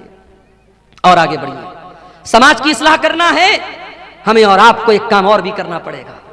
मुसलमान नौजवान आज पैसा कमाने की अंधी दौड़ में भाग रहा है, कोई जुआ के जरिए पैसा कमा रहा है, कोई सट्टेबाजी के जरिए पैसा कमा रहा है, कोई ब्याज के जरिए पैसा कमा रहा है। इसी बिहार के बाज़ इलाकों में मुझे लोगों ने बताया कि जिन मुसलमानों के पास ढेर सारा पैसा है वो अपने ही मुसलमान भाई को ब्याज पर कर्जा दे रहे हैं। ऐ मुसलमान, तुझे मालूम नहीं कि तेरी शरीयत में इस ब्याज को कितना बड़ा गुनाह करार दिया गया है। अल्लाह के नबी ने फरमाया कि सूद के ब्याज के 70 से ज्यादा दरवाजे हैं, जिसमें सबसे हल्का दरवाजा यह है, सबसे हल्का दर्जा यह है अय्यन की हर रजुल उम्महु, कि इंसान अपनी सगी माँ के साथ जिना करे। अपनी सगी माँ के साथ जिना करना जितना बड़ा पाप है, जितना बड़ा गुनाह है, उससे भी बड़ा गुनाह ब्याज की रकम खाना है। इस्लाम में ब्याज के लिए कोई जगह नहीं है और आज मुसलमान ब्याज खा रहा है। कोई बैंक से मिलने वाला इंटरेस्ट खा रहा है, कोई एफडी करा के खा रहा है, कोई अपने ही मुसलमान भाई को ब्याज पर कर्जा देके ब्याज खा रहा है। मेरे प्यारे साथियों, ये ब्याज की रकम तेरे घर में आएगी, तेरी नेकियों को बर्बाद कर देगी, तेरे घर के चैन को बर्बाद कर देगी, तेरे सुकून को बर्बाद कर देगी। अल्लाह के नबी फरमाते हैं, ओ लोगों कान खोल करके सुन लो, जिस्म की परवरिश हराम कमाई से हो जाए, फन्नारु औला बिही, वो जिस्म जहन्नम की आग में डाला जाएगा। अल्लाह के नबी फरमाते हैं, इन्नल्लाह तय्यिबुन ला यक़बलु इल्ला तय्यिबा, अल्लाह पाक है और पाक चीजों को कबूल करता है, अल्लाह नापाक चीजों को कबूल नहीं करता है। फिर अल्लाह के नबी फरमाते हैं, ओ लोगों, अल्लाह कुरान में ईमान वालों को भी यही हुक्म देता है, या अय्युहल्लज़ीना आमनू कुलू मिम्मा फिल अर्ज़ि हलालन तय्यिबा, ऐ ईमान वालों जमीन के अंदर जो हलाल चीजें वो खाया करो। और अल्लाह अपने रसूलों से कहता है, या अय्युहर रसूलु कुलू मिनत तय्यिबाति वअमलू सालिहा, ऐ मेरे पैगंबरों, ऐ मेरे रसूलों, पाक चीजों को खाया करो, हलाल चीजों को खाया करो। रसूलों को भी अल्लाह ने हलाल खाने का हुक्म दिया और ईमान वालों को भी अल्लाह ने हलाल खाने का हुक्म दिया। और आगे अल्लाह के नबी फरमाते, एक आदमी बहुत लंबा सफर करके आता है, उसके बाल मैले कुचैले हो जाते हैं, उसके कपड़े गंदे हो जाते हैं और वो हाथों को उठा उठा के दुआ करता है और कहता है कि ऐ मेरे रब, ऐ मेरे रब, लेकिन उसका खाना हराम कमाई का, उसका पानी हराम कमाई का, उसका लिबास हराम कमाई का,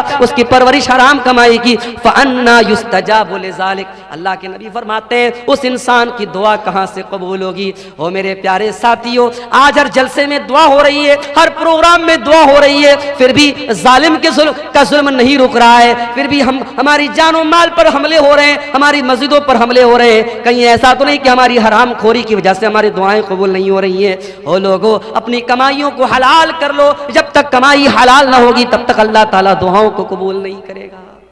सूद खा रहा है मुसलमान, ब्याज खा रहा है मुसलमान।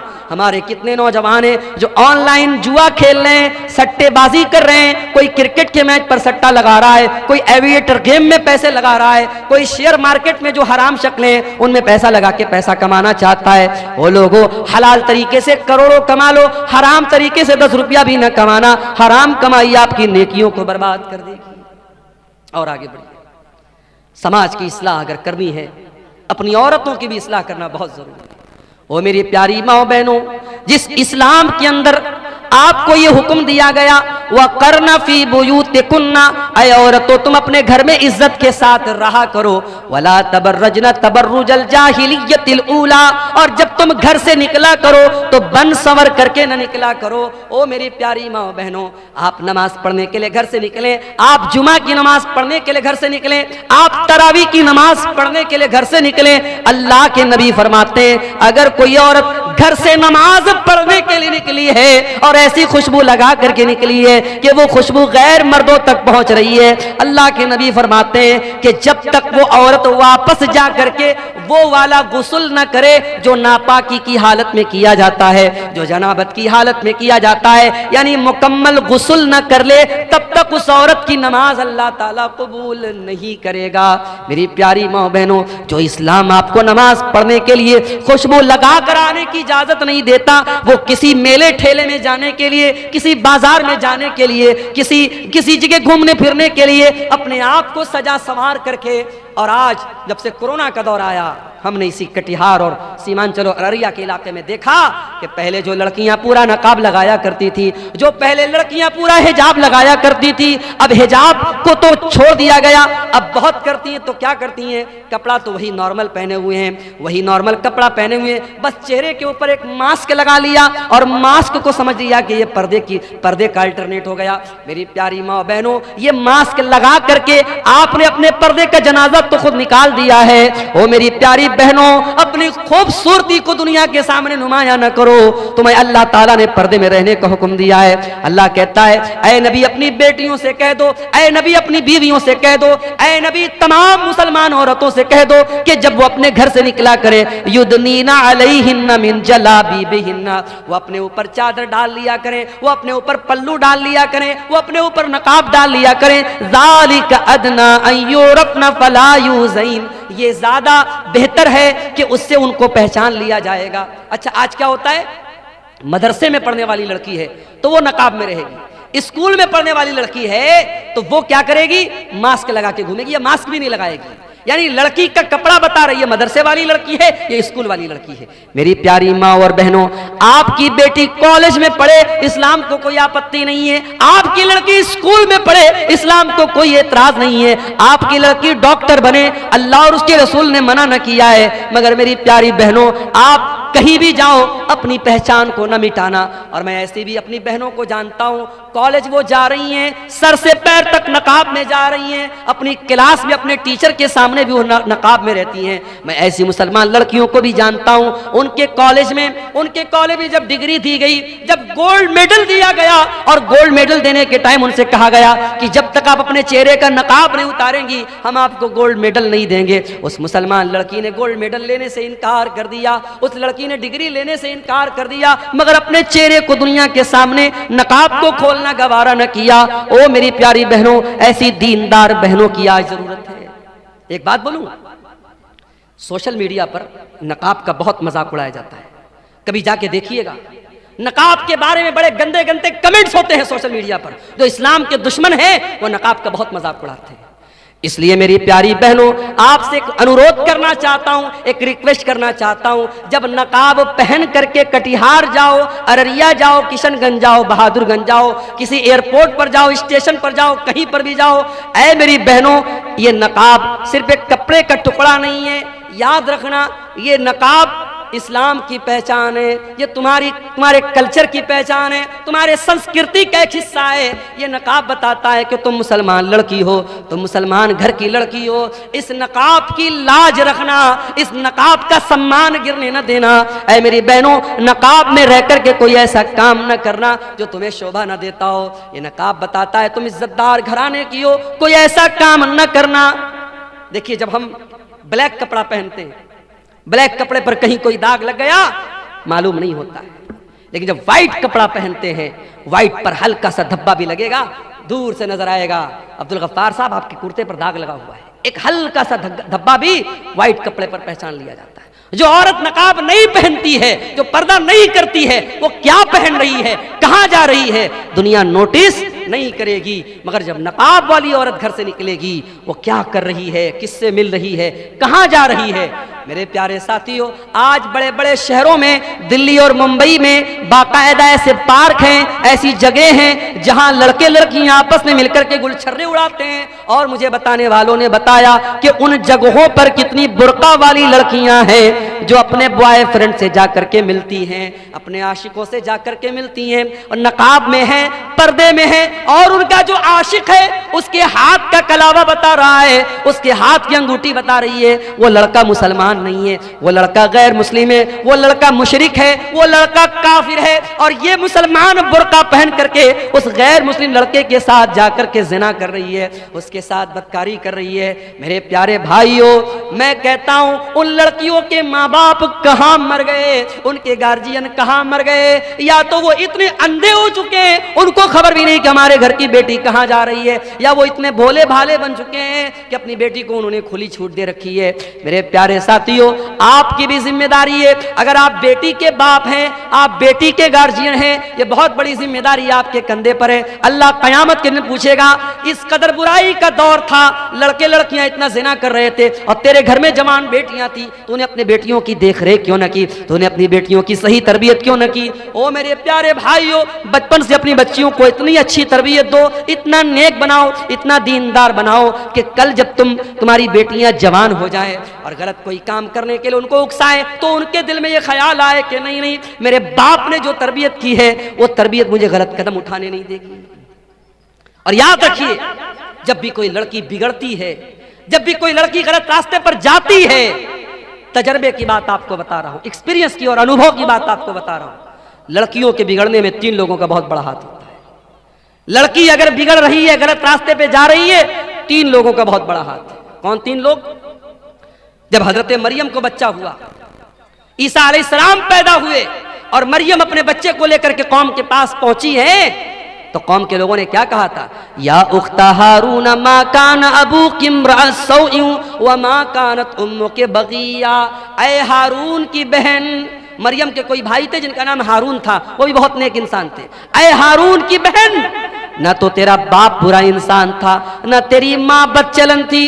ऐ मरियम, तू ये पाप कहां से लेके आ गई? उलमा ने लिखा है, पता ये चला कि अगर लड़की का भाई अच्छा हो, लड़की की माँ अच्छी हो और लड़की का बाप अच्छा हो, तो लड़की के बिगड़ने के चांसेस बहुत कम होते हैं। अगर लड़कियां बहक रही हैं, इसका मतलब यह हुआ कि भाई गड़बड़ है या माँ गड़बड़ है या बाप गड़बड़ है। ये 3 रिश्ते बहुत अहमियत रखते हैं। जिस घर में लड़कों के ताल्लुकात लड़कियों के साथ हों और जिस घर में बहन ये देखती हो मेरा भाई रातों में लड़कियों से बात करता है और लड़कियों के साथ घूमता फिरता है, उस घर की लड़कियां भी वो काम करने में हिचकेंगी नहीं मेरे प्यारे साथियों। इसलिए लड़कियों पर चूड़ी टाइट करने से पहले अपने घर के लड़कों पर भी चूड़ी टाइट करो और उनकी भी निगरानी करो और उनको भी गलत काम से रोको। और याद रखो, ज़िनाकारी वो रास्ता है जिस पर से चल के दूसरे लोग हमारे घर तक आ सकते हैं। अल्लाह ने इसीलिए ज़िनाकारी को रास्ता करार दिया है। अल्लाह ने फरमाया, वला तक़रबुज़ ज़िना, ऐ ईमान वालो तुम ज़िना के करीब भी न जाना, इन्नहु काना फ़ाहिशतन, ये बहुत गंदा काम है, वसाअ सबीला, और ये बहुत बुरा रास्ता है। इसी रास्ते पर चल करके कोई तुम्हारे घर की दहलीज तक भी आएगा, कोई तुम्हारे घर की बहू बेटी तक भी आएगा। इसलिए ज़िनाकारी से अपने घर को बचाओ। तो नौजवानों और औरतों से मैं कहना चाहूंगा कि समाज के बिगड़ने और बनाने में आपका बहुत बड़ा किरदार है। इस किरदार को मेरी बहनों, मेरे भाइयों, हमें और आपको समझने की जरूरत है। अब एक आखिरी चीज बयान करके हम बात खत्म करेंगे। सर्दियों का मौसम है, बहुत देर तक आपको बिठाना मुनासिब नहीं है। समाज की इस्लाह अगर हमें और आपको करनी है मेरे प्यारे साथियों, एक काम हमको और करना पड़ेगा। आप जानते हैं, इसी बिहार में स्कूलों और मदरसों में मुझे भाइयों ने बताया कि बड़ी सख्ती हो गई है। पहले टीचर आते थे, कितने बजे आए कितने बजे गए कोई खबर नहीं होती थी। अब ऐप आ गया, अब बाकायदा ऐप पर टीचर स्कूल में आया उसको हाजिरी लगाना है, स्कूल से निकला उसको हाजिरी लगाना है। अगर टीचर स्कूल के बाहर कहीं दूसरी जगह से हाजिरी लगाएगा, ऐप बता देगा कि टीचर साहब स्कूल में नहीं है। अब जाहिर है कि सख्ती बढ़ गई। अब सख्ती बढ़ गई तो अब टीचर को वहां रहना पड़ेगा। और अगर कोई टीचर बगैर छुट्टी लिए स्कूल नहीं आया तो फिर आगे से अधिकारी का फोन आता है कि फला टीचर क्यों नहीं आया। इतनी सख्ती है तो सारे टीचर टाइम से आ रहे हैं, सारे टीचर टाइम से जा रहे हैं। जब सख्ती होती है, या ये कह लीजिए कि जब ये एहसास होता है कि हमें ऊपर वाले को जवाब देना पड़ेगा, इंसान ऑटोमेटिक डिसिप्लिन में आ जाता है। मेरे प्यारे साथियों, हमसे ऊपर और सबसे ऊपर एक जात है और वो अल्लाह की जात है, और वो हर मिनट, हर पल, हर लम्हा हमको देख रही है। दुनिया वाले हमारी रिकॉर्डिंग करें या न करें, अल्लाह तबारक व तआला हमारे एक एक अमल को रिकॉर्ड कर रहा है। और अल्लाह की रिकॉर्डिंग का सिस्टम इतना मजबूत है कि अल्लाह की रिकॉर्डिंग का कैमरा कभी ऑफ होने वाला नहीं है, वो 24/7 ऑन है। अल्लाह के फरिश्ते हर लम्हा रिकॉर्ड कर रहे हैं। अल्लाह कुरान में कहता है, व इन्ना अलैकुम लहाफिज़ीना किरामन कातिबीना यालमूना मा तफ़अलून। ऐ मेरे बंदो, तुम्हारे अमाल को हमारे फरिश्ते रिकॉर्ड कर रहे हैं, तुम्हारी एक एक हरकत को वो नोट कर रहे हैं, एक एक चीज को वो नोट कर रहे हैं। और अल्लाह तबारक व तआला खुद हमारे एक एक अमल को देख रहा है। इन्न रब्बका लबिल मिरसाद, अल्लाह निगरानी कर रहा है। अल्लाह तबारक व तआला तुम्हारे एक एक एक एक हरकत पर अल्लाह की नजर है। और जब तुम रास्ता चलते हो, जब तुम रास्ते में जाते हो, तुम्हारी आंखें कहां जा रही हैं, तुम क्या देख रहे हो, क्या बोल रहे हो, अल्लाह ताला तुम्हारी आंखों के इशारे को भी जानता है। यालमु खाइनतल आयुनि वमा तुख्फिस सुदूर, अल्लाह ताला तुम्हारी आंखों की चोरी को भी जानता है और तुम्हारे दिल में क्या छुपा अल्लाह वो भी जानता है। इसलिए मेरे प्यारे साथियों, अगर अल्लाह के सामने खड़े होने का डर नहीं पैदा होगा, अल्लाह के सामने जवाब देने का डर पैदा नहीं होगा, ये करप्शन नहीं रुक सकता, ये भ्रष्टाचार नहीं रुक सकता, ये बुराई नहीं रुक सकती। आज बिहार में बीपीएससी की परीक्षा हुई और उसके बाद पेपर लीक होने की खबर आई। आज पटना में तमाम स्टूडेंट धरने पर बैठे हुए। क्यों ये हो रहा है? ये बार बार परीक्षाएं क्यों लीक हो रही हैं? ये भ्रष्टाचार क्यों हो रहा है? क्योंकि 4 पैसों के लिए आज इंसान लालच में पड़ जाता है और ये नहीं सोचता है कि मेरे इस भ्रष्टाचार से लाखों स्टूडेंट्स का और लाखों लोगों के मुस्तकबिल का जो है उसके ऊपर सवालिया निशान लग सकता है। मेरे प्यारे साथियों, अगर भ्रष्टाचार को रोकना है, अगर करप्शन को रोकना है, अगर चोरी को रोकना है, अगर गुंडागर्दी को रोकना है, अगर हरामखोरी को रोकना है, तो हमें और आपको अपने दिल में आखिरत का डर और अल्लाह के सामने जवाबदेही का डर हमें अपने अंदर पैदा करने की जरूरत है। मेरे प्यारे साथियों, ये प्रोग्राम इस इलाके के मदरसे का प्रोग्राम हो रहा है। मैं आपसे यह भी अपील करूंगा कि इस तरीके के प्रोग्राम जब होते हैं और आपसे बार बार ये अपील की जाती है कि आप इस इदारे को चंदा दें, दान दें, ताउन करें, तो आप ये मत समझिए कि हमारी जेब ढीली करने के लिए कहा जा रहा है, बल्कि ये भी आपको एक तरीके से मौका दिया जा रहा है कि आओ अपने नाम अमाल में कुछ नेकियों को बढ़ा लो, अपनी आखिरत की कुछ तैयारी कर लो, अपने आप को जहन्नम की आग से बचा लो। अल्लाह के नबी फरमाते हैं, इत्तकुन नार वलो बिशिक्कि तमरा, जहन्नम की आग से अपने आप को बचाओ। अल्लाह की राह में एक खजूर का टुकड़ा देकर के भी अगर तुम जहन्नम की आग से अपने आप को बचा सकते हो तो बचा लो। मेरे प्यारे साथियों, इस तरीके के प्रोग्राम जहां इदारों के ताउन के लिए आपको बुलाया जाए, आप इसको एक फॉर्मेलिटी का हिस्सा ना समझें, एक औपचारिकता ना समझें, बल्कि आप ये समझें कि हमारी आखिरत को बनाने के लिए ये प्रोग्राम किया जा रहा है। और मेरे प्यारे साथियों, आखिर में मैं यही कहूंगा कि हम सब जब तक अपने अंदर आखिरत का डर पैदा नहीं करेंगे, अल्लाह के सामने जवाबदेही का एहसास हम पैदा नहीं करेंगे, हालात नहीं बदल सकते हैं, समाज नहीं सुधर सकता है। अल्लाह ताला हम सबको इसकी तौफीक अता फरमाए। ये 1-2 सवालात आए हैं, इनका जवाब दे के हम बात खत्म करते हैं। कब्रिस्तान की जमीन में जनाजे की नमाज होगी या नहीं? अगर वो जगह कब्रिस्तान के लिए खास है, अगर वो जगह कब्रिस्तान के लिए खास है, लेकिन जहां पे आप नमाज पढ़ रहे वहां पे कोई कब्र नहीं है, तब तो नमाज हो जाएगी। लेकिन अगर जहां पे आप जनाजे की नमाज पढ़ रहे वहां पर कब्रें हैं, कब्रों के बीच में आप जनाजे की नमाज पढ़ रहे या कब्र के ऊपर खड़े होकर पढ़ रहे हैं, तो ये फिर मुनासिब नहीं है। इसलिए कि कब्र के ऊपर खड़े होकर के नमाज पढ़ने से या कब्रिस्तान पर नमाज पढ़ने से अल्लाह के रसूल सल्लल्लाहु अलैहि वसल्लम ने मना किया है। अल्लाह के नबी मर्द और औरत की जनाजे की नमाज अलग अलग जगह पढ़ाते थे या नहीं? ऐसी कोई दलील नहीं है। ऐसी कोई दलील नहीं है कि मर्द के जनाजे की नमाज अलग जगह पढ़ाते थे, औरत के जनाजे की नमाज अलग जगह पढ़ाते थे। हाँ, जब जनाजा आता था, अगर मर्द का जनाजा होता था तो अल्लाह के नबी सर के पास खड़े होते थे, अगर औरत का जनाजा होता था तो बीच में उसकी कमर के पास खड़े होते थे। मर्द और औरत के जनाजे में नबी के खड़े होने का तरीका अलग था, लेकिन जनाजा की नमाज पढ़ाने की जो जगह थी वो एक ही थी। अलग अलग होने की मेरे इल्म में कोई दलील नहीं है। दूसरों की जमीन में नमाज पढ़ना बिना पूछे कैसा है? देखिए, अगर आप किसी के मकान में आपने नमाज पढ़ लिया तो नमाज तो कबूल हो जाएगी, लेकिन यह होता है कि अगर किसी के घर में आप नमाज पढ़ रहे हैं तो उसकी इजाजत होनी चाहिए। लेकिन अगर ये मालूम है कि भाई वो इजाजत नहीं देगा तो नहीं पढ़ना चाहिए, लेकिन अगर आप पढ़ लें तो नमाज हो जाएगी। हाँ, किसी की जमीन पर नाजायज कब्जा करके अगर आप उसमें नमाज पढ़ें तो उसके बारे में उलमा का इख्तलाफ है कि अगर बेईमानी की ज़मीन है, नाजायज़ कब्जा करके कोई ज़मीन हमने एक्वायर की है, उस पर हम नमाज पढ़ते हैं तो नमाज होगी कि नहीं?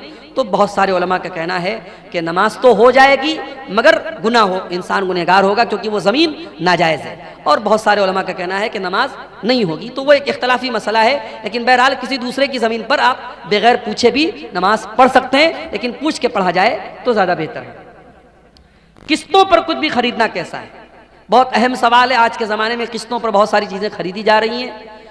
एक सामान 10,000 रुपये का है, मान लीजिए कि मोबाइल 10,000 रुपये का है, आपने किस्त पर खरीदा, मोबाइल वाले ने कहा कि हम ये 12,000 का आपको देंगे।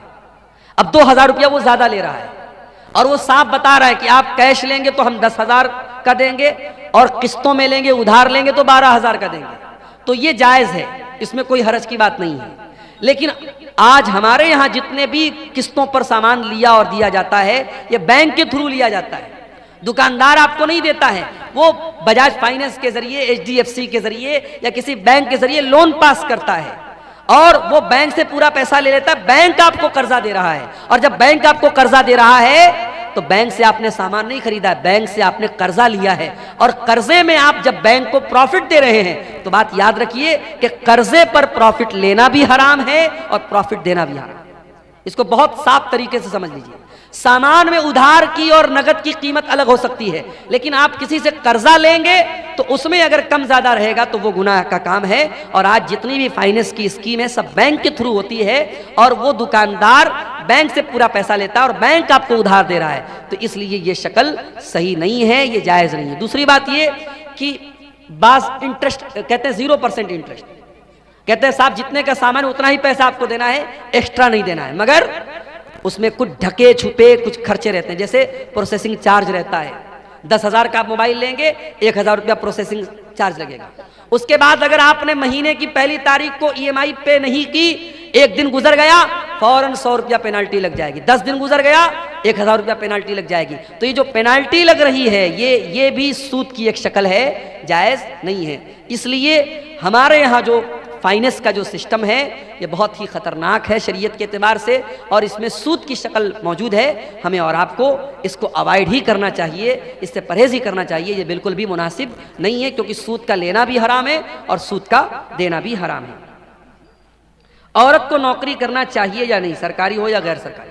औरत नौकरी कर सकती है, शर्त यह है कि वो पर्दे में रह के नौकरी करे और उसकी नौकरी में गैर मर्दों के साथ इंटरेक्शन उसका ना हो। अगर उसको गैर मर्दों के सामने जाके खड़े होना पड़ रहा है, उनके साथ तन्हाई इख्तियार करना पड़ रहा है, गैर मर्दों के साथ अकेले में मिलना पड़ रहा है, तो फिर ऐसी नौकरी औरत को नहीं करना चाहिए। इसलिए कि जब कोई औरत किसी गैर मर्द के साथ तन्हाई में मिलेगी तो अल्लाह के नबी फरमाते तीसरा वहाँ शैतान होगा और वो शैतान अपना काम करेगा। आज बहुत सारे ऑफिसेज में औरतें काम करती हैं सेक्रेटरी के तौर पे और बॉस की नौकरी करती हैं, और उसके बाद बहुत सारे उनके साथ मामलात पेश आते हैं। तो शरीयत में अगर पर्दे के साथ और इज्जत और शराफत के साथ अगर कोई नौकरी औरत को मिल रही है तो वो कर सकती है। लेकिन ये भी याद रखिए कि नौकरी करना ये औरत का काम नहीं है, औरत की ड्यूटी नहीं है। कमा करके लाना मर्द की ड्यूटी है।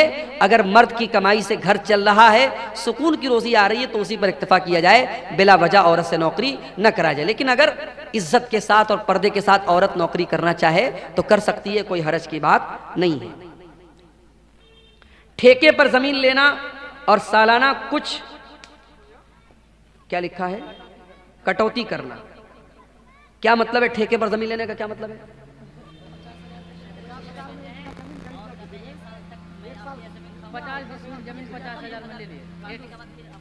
नहीं, ये गलत शक्ल है ना। देखिए सीधी सी बात है, आपकी जमीन है, मैं पैसा दे करके जमीन ले रहा हूं, तब तो ठीक है।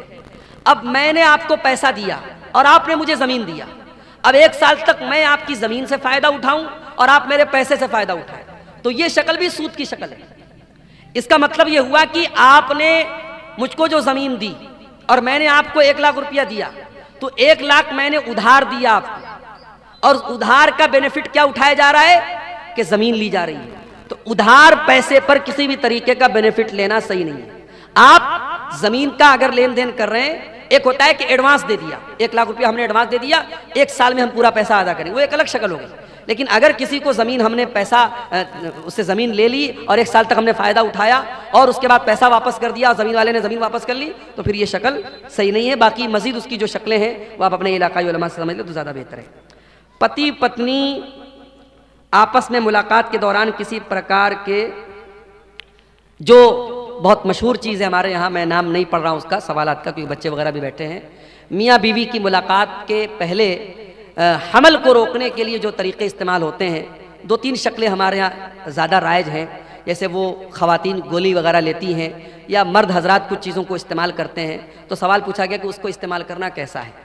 तो देखिए, अब जाहिर है कि अल्लाह के रसूल के दौर में या सहाबा के दौर में तो ये चीज़ें नहीं थी, लेकिन उस दौर में भी प्रेगनेंसी ना हो, हमल ना हो, उसके लिए कुछ तरीके अपनाए जाते थे। एक तरीका था अज़्ल का तरीका। तो अज़ल का जो तरीक़ा था उसमें यह था कि मर्द जो होता था वो यानी ये नौबत ही ना पैदा हो कि प्रेगनेंसी का कोई मामला पेश आए, वो ऐसा तरीक़ा अपनाता था। तो अल्लाह के नबी सल्लल्लाहु अलैहि वसल्लम उसको हराम करा, आपने कहा बचो तो बेहतर है, लेकिन आपने हराम करार नहीं दिया।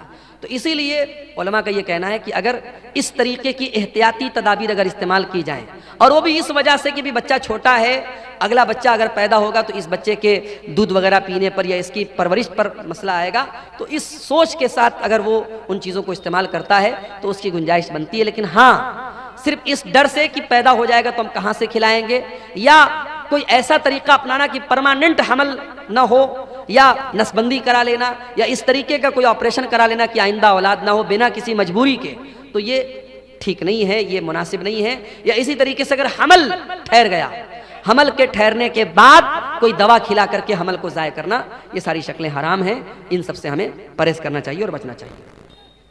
जब उलमा जहेज़ लेते हैं तो आम आदमी को क्यों मना करते हैं? बहुत अच्छा सवाल है। उलमा अगर जहेज़ लेते हैं तो क्या वो आम आदमी को मना नहीं कर सकते? अगर आलिम का काम तकरीर करना है, बयान करना है, और जब वो शादी का मसला बयान करेगा तो क्या इस वजह से कि उसने कभी जहेज लिया था, क्या वो इसको जायज करार दे दे? नहीं। देखिए, जो चीज गलत है आलिम के करने से वो सही नहीं हो जाएगी। और आप अल्लाह ताला के ये जवाब नहीं दे सकते कि वो हमारे मोहल्ले के तो मौलाना साहब करते थे। मौलाना साहब के कोई काम करने से वो काम सही नहीं हो जाएगा। सही और गलत का मेयार कुरान और हदीस है, सही और गलत का मेयार दलील है। अगर दलील की रोशनी में जहेज लेना गलत है, जहेज का लेन देन गलत है, तो गलत है। अगर आलिम ने लिया है, आलिम अल्लाह ताला क्या उसका हिसाब देगा। अब सवाल ये कि आलिम क्यों मना करते हैं, तो आप क्या चाहते हैं कि एक तो उसने लिया है, एक गलत काम किया, आप मना भी ना करे, दूसरा गलत काम करे, तो डबल गलत काम उससे मत करवाइए। अगर कोई ले रहा है, दे रहा है, तो वो गलत है और उसके लेने देने की वजह से वो सही नहीं हो जाएगा। मौलाना साहब, अगर हम लड़कियां रुखसत की हालत में रहते हैं तो कुरान अम्पारा छूकर पढ़ सकते हैं? तो नहीं, तो दूसरी किताब में वही सूरत और आयत रहती है, तो उसको क्यों छूते हैं?